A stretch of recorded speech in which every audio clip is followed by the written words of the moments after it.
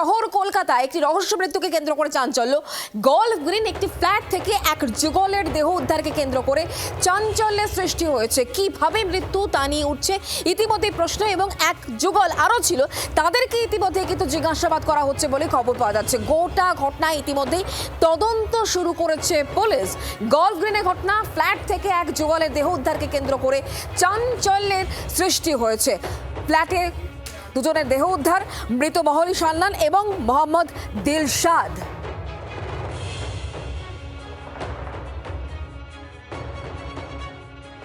না চিনি না, মানে দেখেছি, জাস্ট দেখেছি। 4-5 মাস মনে হয় হবে, এবার ডেটটা তো এক্সাক্ট বলতে পারবো না। বেড়ায় ঢোকে এই পর্যন্তই। আমরা ওই দুপুর 12:30 নাগাদ, 12:30-1টা নাগাদ দেখলাম পুলিশ এসছে। এবার পুলিশকে জিজ্ঞাসা করলাম যে কি হয়েছে, তখন ওনারা বললো 2 জন মারা গেছে। গলফ গ্রিনে এই গোটা ঘটনা নিয়ে আমরা আরো জানবো, কথা বলবো। আমাদের সঙ্গে এই মুহূর্তে অর্কদীপ্ত রয়েছেন, আমাদের প্রতিনিধি সরাসরি। অর্কদীপ্ত, দেহ কিভাবে বের করা হয়, মানে কি অবস্থায় উদ্ধার করা হয়েছিল, এবং এই মৃত্যু নিয়ে এখনো পর্যন্ত পুলিশ কি জানাতে পারছে?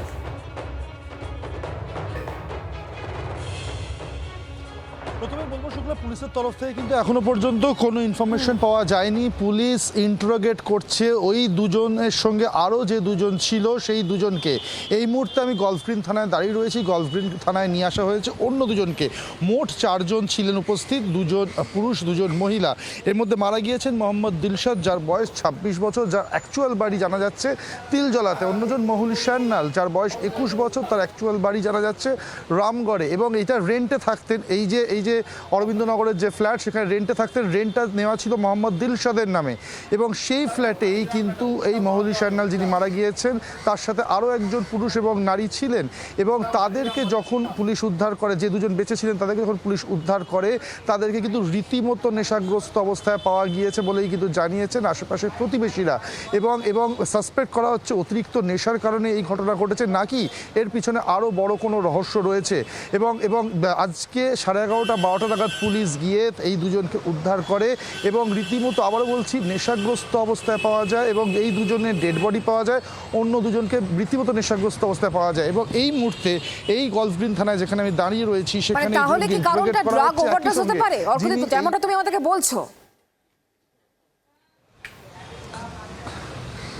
সাসপেক্ট করা হচ্ছে, হওয়ার একটা হাই চান্স রয়েছে। এবং আশেপাশে যারা পাড়া প্রতিবেশীরা রয়েছেন, তারা কিন্তু এই অভিযোগ করেছেন যে ওই পাড়াতে বেশ কিছু ফ্ল্যাটে কিন্তু এরকম ড্রাগস বা নেশার আসর বসে।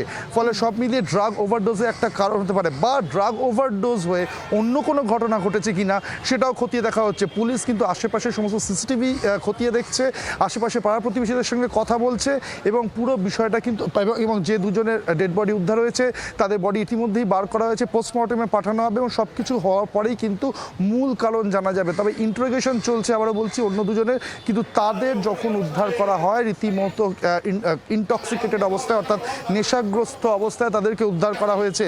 এবং তাদের সঙ্গে যে বাড়িওয়ালা, সেই বাড়িওয়ালাকেও এখানে ডাকা হয়েছে বলেই জানা যাচ্ছে পুলিশ সূত্রে। ফলে সব মিলিয়ে জিজ্ঞাসাবাদ চলছে। কিভাবে এই মৃত্যু, এখনও রহস্য রয়েছে, এখনও ধোঁয়াশা রয়েছে। কিন্তু ড্রাগ ওভারডোজ একটা সাসপেক্ট করা হচ্ছে, কিন্তু এখনও অফিসিয়ালি কনফার্ম করার মতো কিছু হয়নি। আবারও বলছি, যে দুজন মারা গিয়েছেন, মহুলি সান্যাল মাত্র 21 বছর বয়স, মোহাম্মদ দিলশাদ মাত্র 26 বছর বয়স। একজনের বাড়ি তিলজলাতে ছিল, একজনের বাড়ি রামগড়, অর্থাৎ যে অরবিন্দনগর যেখানে, তার ঠিক পিছনেই রামগড়। এবং তারা রেন্টে থাকে। তুমি নজর রাখো অর্কদীপ্ত, আমাদের সঙ্গে সরাসরি থাকার জন্য ধন্যবাদ।